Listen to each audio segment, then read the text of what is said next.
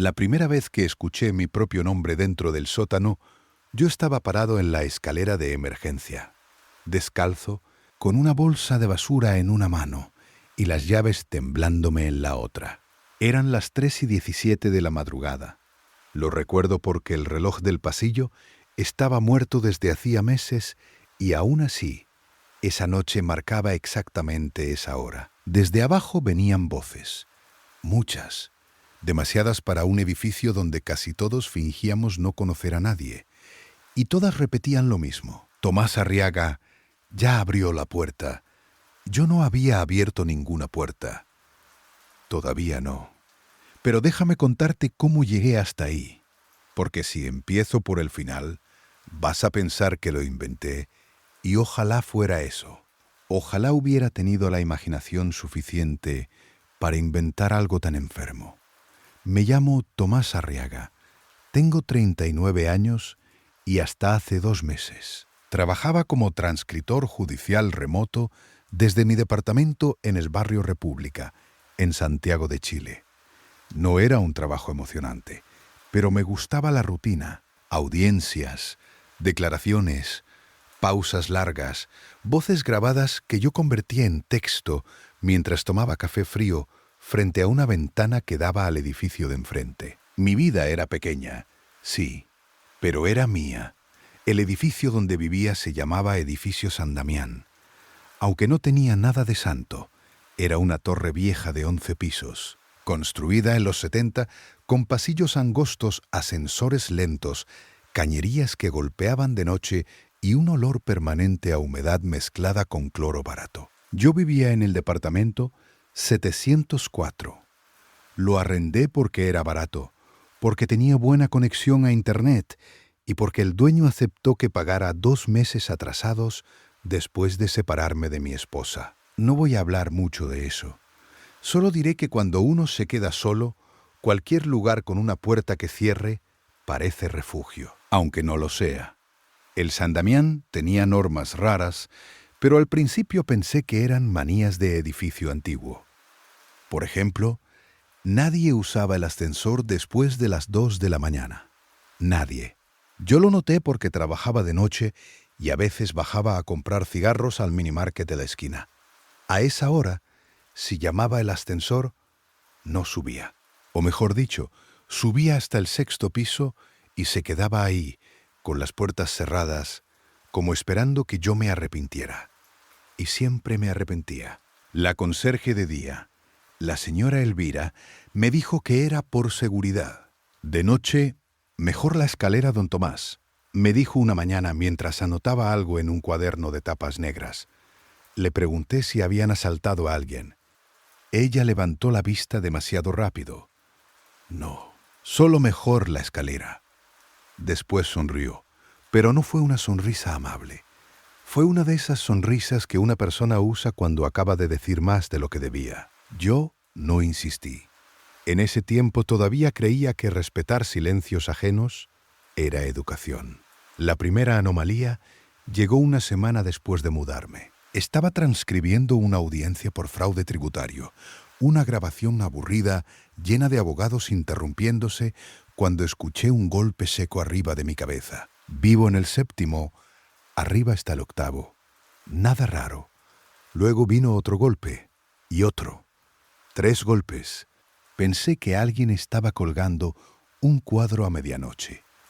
Porque siempre hay alguien en un edificio viejo que decide hacer ruido cuando el resto intenta descansar. Pero después escuché un arrastre, como una mesa pesada moviéndose en círculos. No de un lado a otro, en círculos. Me puse audífonos para seguir trabajando. La grabación judicial continuó con la voz de un fiscal diciendo: «Por favor, responda sí o no». Pero debajo de esa voz, filtrándose por la losa del techo, escuché algo que no pertenecía al audio. Un murmullo grave, acompasado. Al principio pensé que se había mezclado con la grabación, que quizá era ruido de sala. Retrocedí 10 segundos. En el archivo no estaba. En mi departamento sí. Esa noche no dormí bien. A las 2:30 los golpes cesaron de golpe, como si alguien hubiera apagado un interruptor. Y entonces, desde algún lugar del edificio, sonó un aplauso. Uno solo, seco, como una señal. Me dije que era una televisión. Me dije que había gente insomne, estudiantes, viejos parejas discutiendo, niños enfermos. Miles de explicaciones normales para sonidos raros en un edificio con paredes delgadas. Me aferré a eso. Las explicaciones normales son como frazadas chicas. Te cubren un rato, pero siempre queda algo afuera. Al día siguiente, subí al octavo con la excusa de preguntar si habían tenido problemas con una filtración. El departamento directamente sobre el mío era el 804. Toqué 3 veces. Nadie respondió. Toqué otra vez y escuché pasos detrás de la puerta, lentos, como si alguien se acercara arrastrando los pies, pero sin querer llegar. El ojo de la mirilla se oscureció. Me miraron, esperé, tragué saliva. La persona del otro lado también respiró y después se alejó sin abrir. Cuando bajé, me crucé con un hombre del quinto que siempre usaba guantes de cuero, café, incluso dentro del edificio. Se llamaba, creo, Ramiro, aunque nunca estoy seguro porque en el San Damián la gente decía nombres como si estuviera probando si todavía servían. Me vio bajar del octavo, no me saludó. Solo dijo, no pregunte por los pisos que no le corresponden. Me quedé parado, una mano en la baranda. Le pregunté qué quería decir. Él siguió bajando. Antes de doblar hacia el quinto, agregó, «Usted todavía no está registrado abajo», y cerró la puerta de la escalera. Esa frase se me quedó clavada. Registrado abajo. En ese momento pensé en administración. Bodegas, gastos comunes, alguna estupidez burocrática de edificio antiguo. Me convencí de eso porque necesitaba hacerlo. Pero empecé a notar otras cosas. En el tablero de anuncios del lobby, los avisos nunca tenían fecha, solo números. Turno 6 completo. Reunión aplazada por falta de nombre. No alimentar al piso 3. Ese último lo leí 3 veces. No decía perro, no decía gato, decía piso 3. Cuando le pregunté a Elvira, arrancó el papel con tanta calma que me dio más miedo que si se hubiera sobresaltado. Error de imprenta, dijo, en una hoja escrita a mano. La segunda anomalía ocurrió un jueves. Yo había pasado el día completo encerrado transcribiendo el testimonio de una mujer que describía una estafa familiar con una precisión tan fría que me dejó agotado. A eso de las 11 bajé a lavar ropa al subterráneo. El San Damián tenía una lavandería común al lado de las bodegas, 2 máquinas viejas, una secadora que sonaba como si tuviera piedras adentro y un lavadero con sarro verde en las llaves.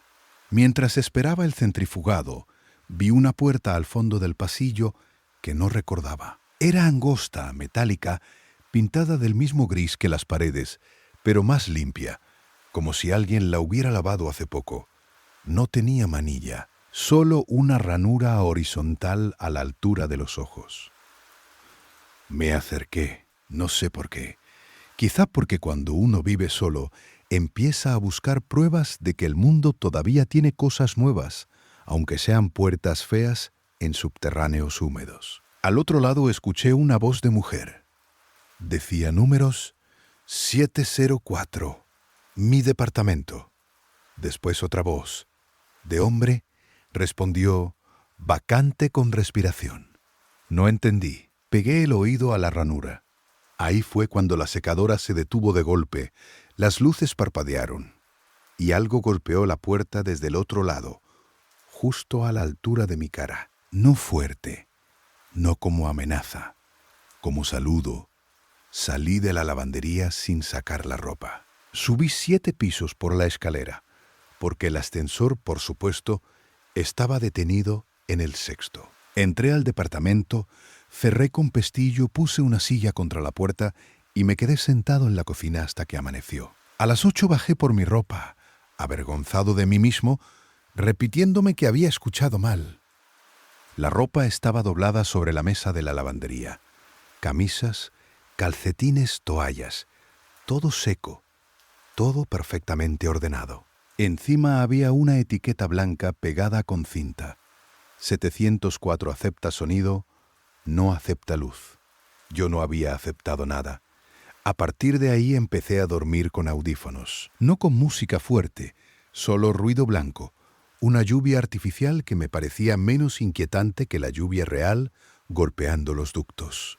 Pero los sonidos del edificio no venían por los oídos.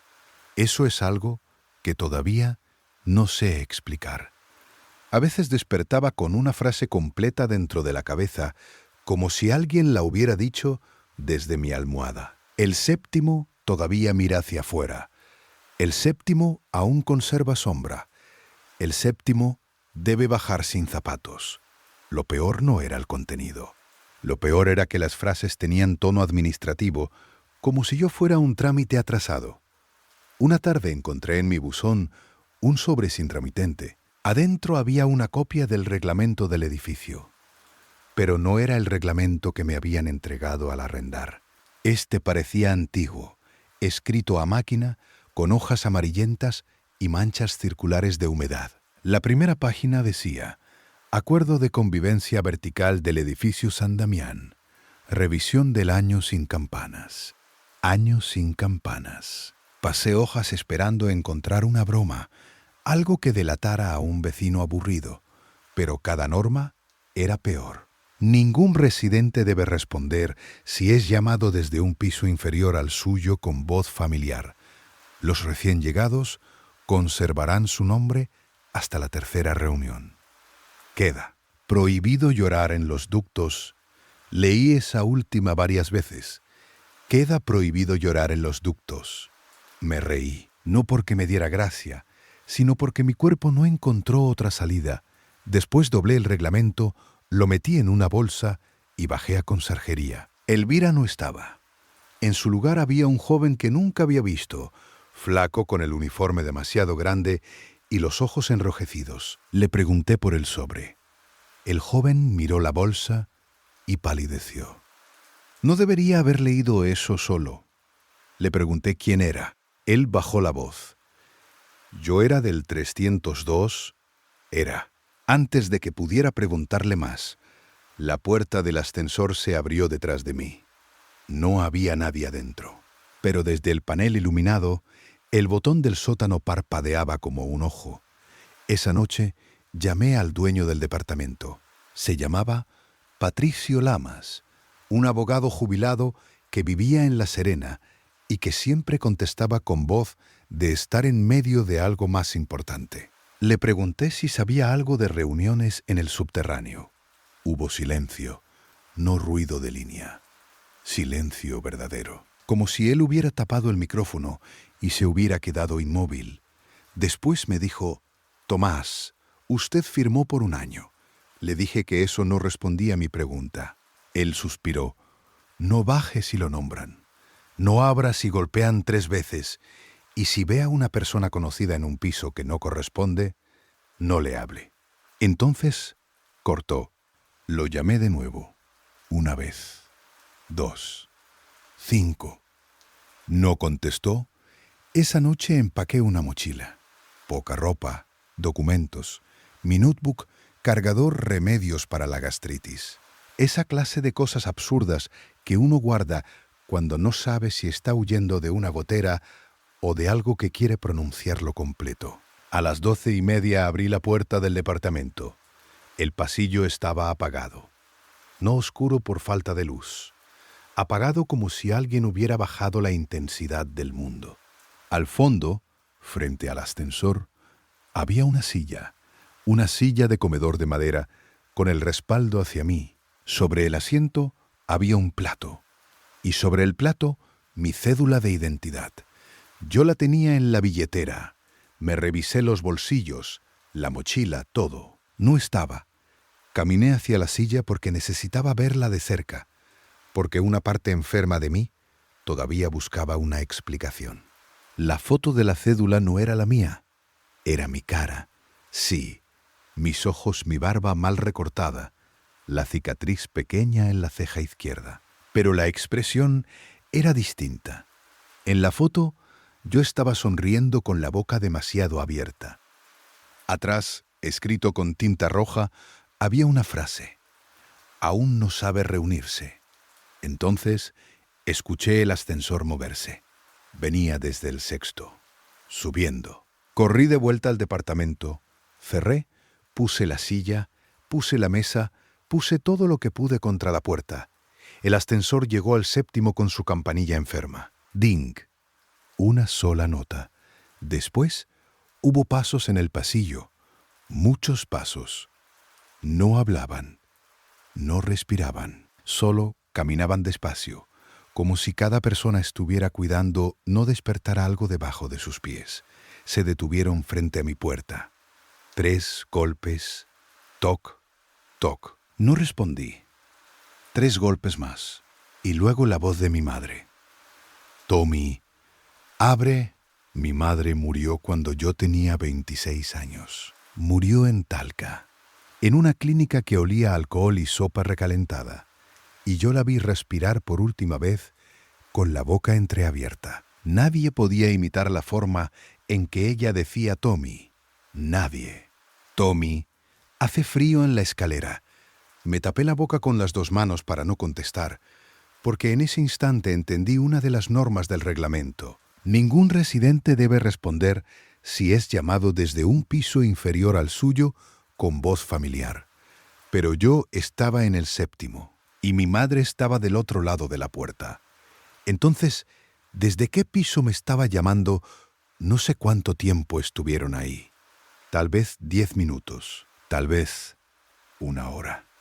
La voz de mi madre no lloraba, no suplicaba, no se quebraba. Solo repetía mi nombre con paciencia, como si supiera que tarde o temprano una parte de mí iba a obedecer. Casi lo hice.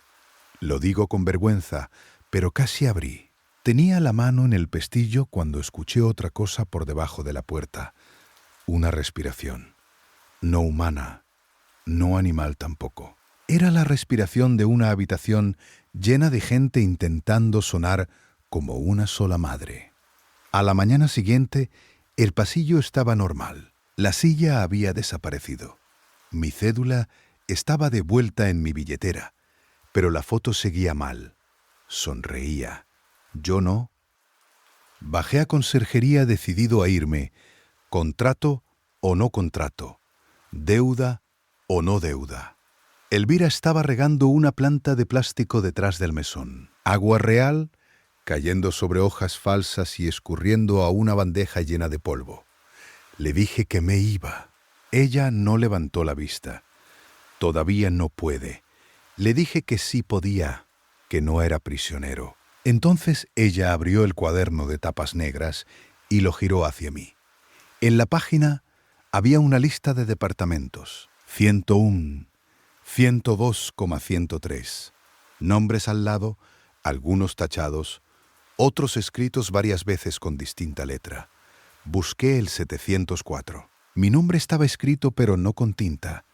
Parecía marcado por presión, hundido en el papel, como si alguien lo hubiera escrito con una uña. Debajo decía, pendiente de voz. Le pregunté, ¿qué significaba eso? Elvira cerró el cuaderno. ¿Que todavía habla como usted? Me incliné sobre el mesón y le exigí una explicación. Ella no se movió, ni un parpadeo. Solo dijo, el edificio escucha mejor cuando cree que nadie lo está nombrando. Esa fue la primera vez que pensé en la palabra culto. No por túnicas, velas o símbolos raros. No había nada teatral en ellos. Eran vecinos, conserjes, jubilados, estudiantes, gente que subía bolsas de pan, que discutía por gastos comunes, que barría migas del pasillo. Pero había algo compartido en su silencio, una obediencia, como si todos hubieran aceptado que vivir ahí implicaba entregarle algo al edificio, y que mi problema era no haber entendido el contrato verdadero. Esa tarde empecé a investigar desde el computador. Busqué noticias del edificio San Damián, incendios, suicidios, denuncias, cualquier cosa. Encontré poco. Un aviso de arriendo de 2009. Una demanda por filtraciones de 1998. Una nota breve de 1976 sobre un accidente durante la construcción. 6 obreros atrapados en el subterráneo después de un derrumbe parcial.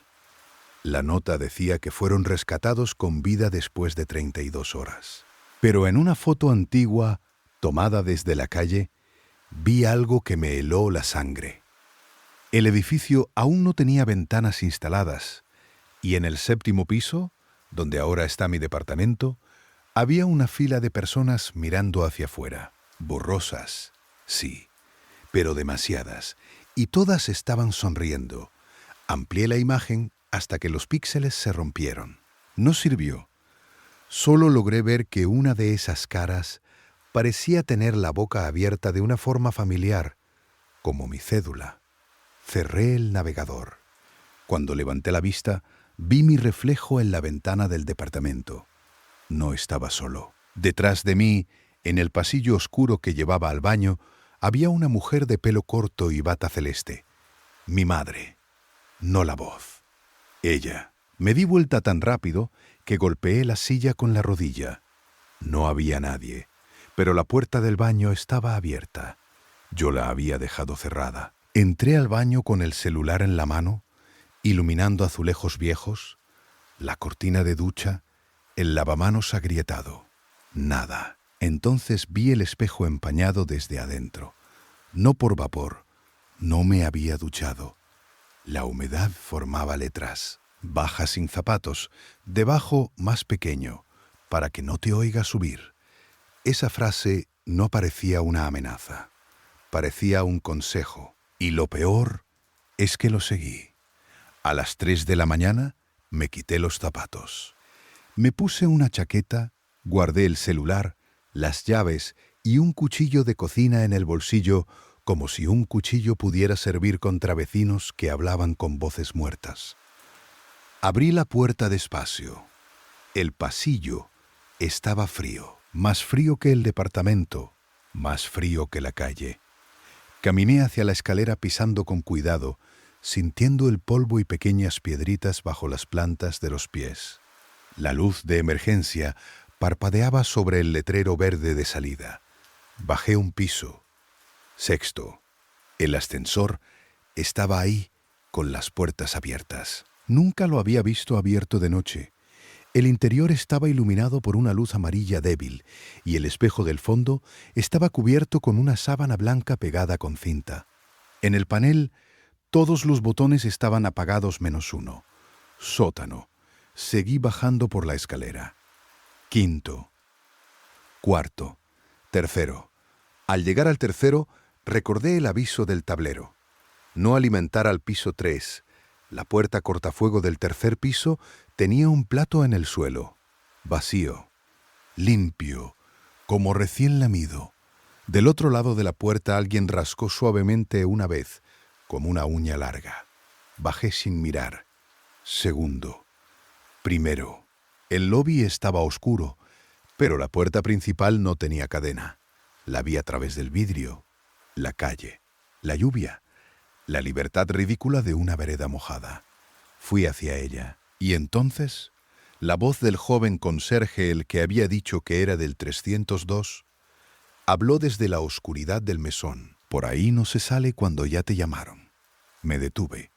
No lo veía, solo escuchaba su respiración entre los archivadores. ¿Entonces por dónde?, pregunté. Él respondió, ¿por dónde entran ellos?, y señaló hacia la escalera que bajaba al subterráneo. No quería bajar. Cada parte de mi cuerpo quería correr hacia la calle, romper el vidrio, gritar, hacer cualquier cosa menos obedecer una indicación de alguien que hablaba escondido. Pero entonces escuché el ascensor bajar. Venía desde el 6º, siempre desde el 6º. La campanilla sonó en el 1º. Ding. Y detrás de mí, las puertas comenzaron a abrirse. Bajé al subterráneo, descalzo, como decía el espejo, para que no me oyera subir, o para que me oyera bajar mejor. El subterráneo del San Damián no era grande, pero esa noche parecía extenderse más allá de lo posible. Las bodegas formaban un pasillo largo, con puertas de lata numeradas y candados oxidados. La lavandería estaba al fondo, con la luz encendida, pero la puerta metálica sin manilla ya no estaba cerrada. Estaba abierta apenas unos centímetros. Desde adentro salía un resplandor rojo, bajo, como luz filtrada por párpados. Me acerqué con el celular apagado, porque algo en mí sabía que la luz sería una forma de presentarme. Las voces comenzaron antes de que llegara. Murmullos, números, pisos. Y mi nombre, Tomás Arriaga, ya abrió la puerta. Eso decían. Ahí es donde empezó todo lo que te conté al principio. Yo estaba parado en la escalera de emergencia, descalzo, con una bolsa de basura que ni siquiera recordaba haber tomado y las llaves temblándome en la otra mano. No había abierto nada, pero ellos ya lo estaban anunciando, como si el hecho de decirlo obligara al mundo a corregirse. Empujé la puerta con 2 dedos y miré. La habitación detrás de la puerta no podía caber debajo del edificio. Era demasiado alta, demasiado ancha, con columnas de concreto que se perdían en una oscuridad rojiza y un suelo inclinado hacia el centro, como si todo el lugar hubiera sido construido para drenar algo. Había sillas, decenas de sillas, tal vez cientos. Estaban ordenadas en círculos concéntricos alrededor de un hueco rectangular en el piso. No un pozo, una boca de ascensor sin cabina, una abertura negra vertical respirando aire tibio desde abajo. Los vecinos estaban sentados. No todos, pero muchos. Reconocí a Ramiro, el hombre de los guantes. Reconocí a Elvira. Reconocí a una pareja del 9º que siempre peleaba por el ruido. Reconocí al joven del 302, aunque estaba sentado con la cabeza inclinada hacia atrás y los ojos cerrados, como si ya no estuviera adentro. Nadie llevaba túnicas. Nadie sostenía velas. Estaban vestidos con ropa normal. Pijamas, chaquetas, pantuflas. Eso lo hacía peor. El horror no parecía un ritual antiguo. Parecía una reunión de comunidad.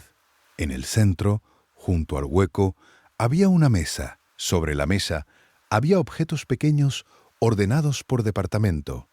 Llaves, fotografías, lentes, mechones de pelo, boletas, remedios, juguetes, dientes. Encontré mi cédula ahí. La verdadera, la foto ya no sonreía. La foto parecía estar gritando. Yo no hice ruido. Pero Elvira levantó la cabeza. Llegó el 704, dijo, y todos los demás respondieron, al mismo tiempo, con respiración. Di un paso atrás, pero la puerta se cerró detrás de mí, sin golpe, sin ruido, sin violencia. Solo dejó de existir como salida. Elvira se puso de pie. En su mano tenía el cuaderno negro. Lo abrió en mi página. Tomás Arriaga, 7º piso, departamento 0704. Ocupación, transcriptor de voces ajenas. Dijo mi trabajo como si fuera una acusación. Estado, conserva nombre, conserva sombra, conserva madre. Sentí que las piernas se me aflojaban. Conserva madre. No sabía qué significaba hasta que la vi. Mi madre estaba sentada en la primera fila, no como la recordaba al morir, delgada y gris, sino como cuando yo tenía 10 años. Pelo negro, bata celeste, manos suaves, ojos cansados. Me miraba con una ternura insoportable. Quise correr hacia ella. Quise arrodillarme. Quise pedir perdón por todas las llamadas que no hice, por las visitas pospuestas, por haberme sentido aliviado cuando por fin dejó de sufrir. Pero entonces ella sonrió, y su boca se abrió demasiado. Igual que en mi cédula, Elvira empezó a leer. Todo edificio necesita sostenerse. Los vecinos respondieron. Concreto, fierro, nombre. Todo piso necesita obedecer. Peso, sueño, voz.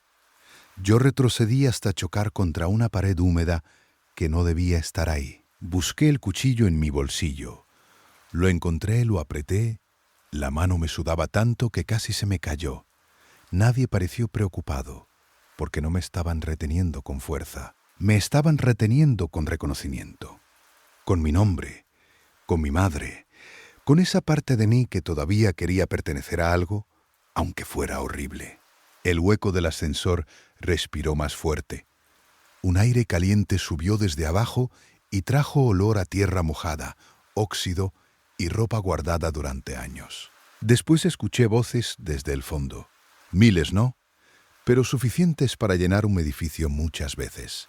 Voces repitiendo nombres, nombres de residentes, nombres tachados, nombres que quizá alguna vez tuvieron departamentos. Entre ellas escuché la mía, pero más vieja. Un Tomás cansado, ronco, obediente, diciendo: «Yo cedo el sonido». Esa voz no venía del futuro, venía de abajo. Como si ya hubiera pasado. Elvira me pidió que dijera mi nombre completo. Solo eso. «Dígalo y podrá subir», dijo. «Dígalo, y el edificio dejará de llamarlo desde afuera». Casi parecía razonable. Después de tantas noches sin dormir, después de la voz de mi madre, después de ver mi cédula cambiar, una parte de mí quería rendirse. Quería decir Tomás Arriaga y terminar. Pero entonces el joven del 302 abrió los ojos, me miró, sus labios se movieron sin sonido. «No digas nada». Elvira lo vio también, y por primera vez se enojó. Todo ocurrió muy rápido. Elvira levantó una mano y los vecinos se pusieron de pie a la vez, como si una cuerda los hubiera tirado desde el techo. Mi madre también. Su cabeza se inclinó hacia un lado con un crujido pequeño. «Tommy», dijo, «yo hice lo único que se me ocurrió». Lancé el cuchillo hacia la mesa, no hacia nadie, hacia las cosas. La hoja golpeó el montón de objetos, rebotó y tiró mi cédula dentro del hueco del ascensor. Todos gritaron, no de miedo, de hambre. La habitación se apagó. No quedó a oscuras, se apagó, como el pasillo del séptimo, como si alguien hubiera retirado permiso para ver. Empecé a correr pegado a la pared, tanteando concreto mojado, sillas que caían, manos que rozaban mi chaqueta. Una mano me agarró el tobillo. Era tibia, era familiar. Mi madre lloró mi nombre desde el suelo. La pateé. Dios me perdone, la pateé. No sé si golpeé a mi madre a una cosa con su voz o a un vecino arrodillado imitando su peso. Solo sé que me soltó. Encontré una rendija de luz junto a las bodegas. No era la puerta por donde entré. Esa puerta ya no estaba. Era otra, baja, de madera hinchada, con un número pintado en blanco, 704. Mi departamento, abajo. Al otro lado se escuchaba mi propia voz transcribiendo una audiencia, teclas, café, la silla de mi cocina.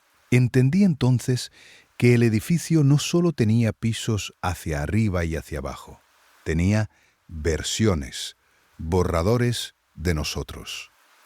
Habitaciones donde practicaba nuestra obediencia. Abrí esa puerta porque detrás de mí venía algo arrastrándose entre las sillas. No miré.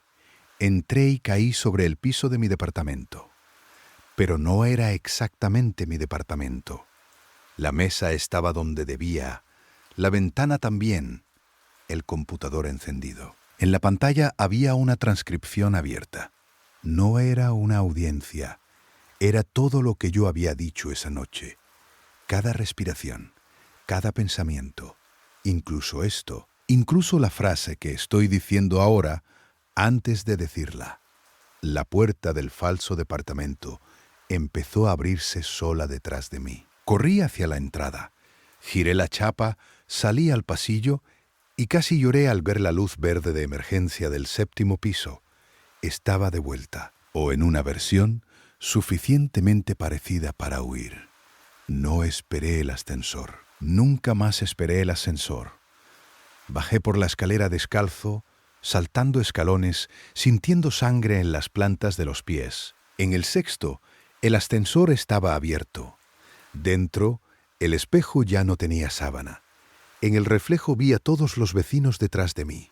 Pero en la escalera real no había nadie. Seguí bajando, quinto, cuarto, tercero.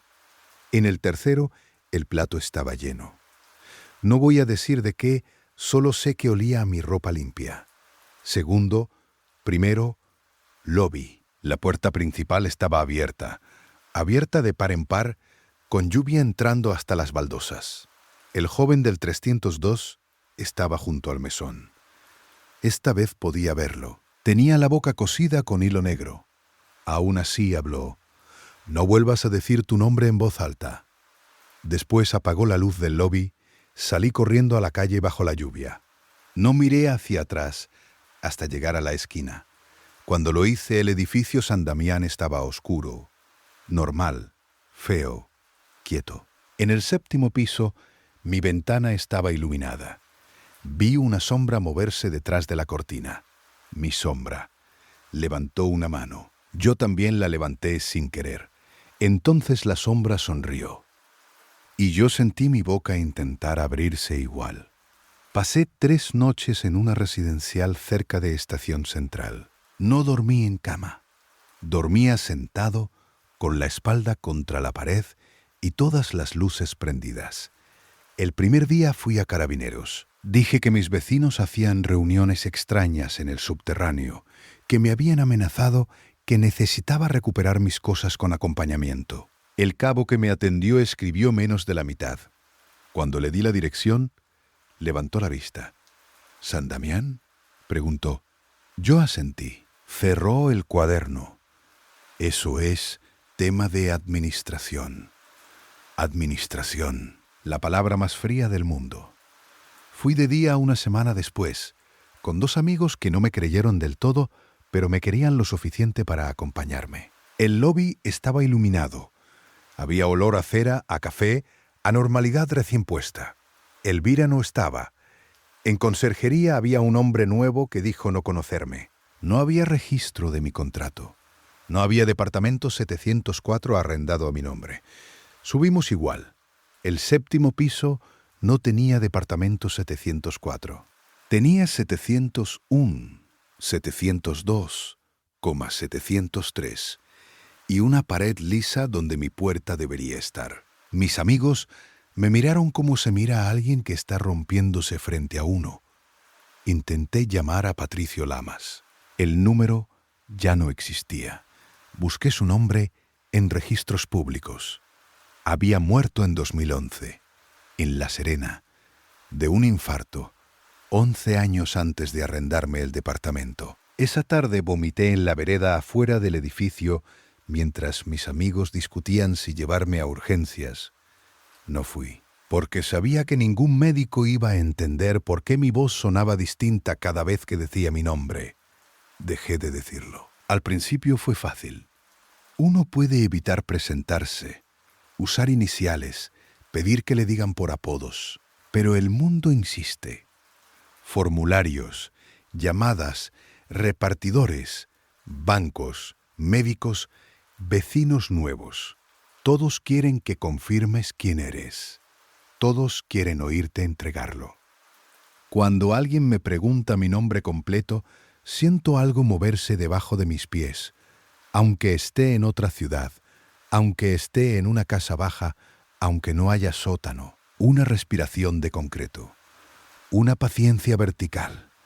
Hace 2 semanas recibí un audio por correo. No tenía remitente. El archivo se llamaba 704/reunion/pendiente.wab. Sé que no debí abrirlo. Lo abrí. Al principio solo había estática.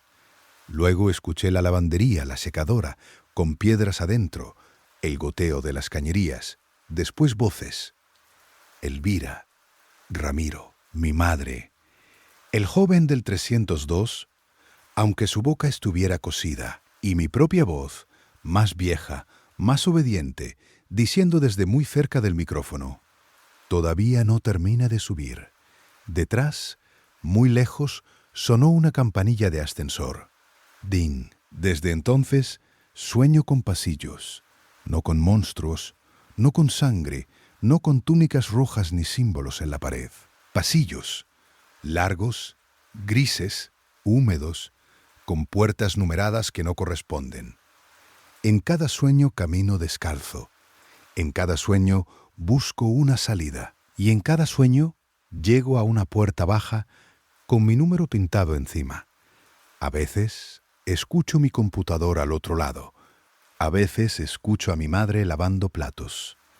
A veces me escucho a mí grabando esta historia exactamente con estas palabras. Ya no vivo en Santiago. Me fui al sur, a una casa pequeña cerca de Frutillar, donde el lago se ve gris casi todos los días y los edificios no pasan de 2 pisos. Pensé que eso bastaría. Menos altura, menos pisos, menos nombres apilados. Pero anoche, mientras apagaba la estufa, escuché 3 golpes debajo del suelo de madera. Toc, toc, toc. Después, una voz que no era de mi madre, ni de Elvira, ni de ningún vecino. Era la mía. Venía desde abajo, aunque no hay sótano. Dijo, ya puede reunirse. No sé cuánto tiempo me queda antes de contestar. Me repito que no lo haré. Me repito que no voy a decir mi nombre completo, que no voy a abrir puertas bajas, que no voy a bajar descalzo si vuelve a aparecer una frase en el espejo. Pero también sé algo que no sabía antes. Los edificios no necesitan paredes para seguirte. Les basta con recordar la forma de tu voz. Y yo trabajé años entregándole voces ajenas al silencio, sin saber que un día una cosa bajo el concreto aprendería a devolverme la mía. Si llegaste hasta aquí, significa que escuchaste conmigo desde el otro lado de la puerta. Significa que no te fuiste cuando dijeron mi nombre. Suscríbete si quieres otra historia. Pero cuando la escuches de noche, no la pongas muy fuerte. Hay lugares que despiertan cuando creen que alguien por fin está listo para reunirse.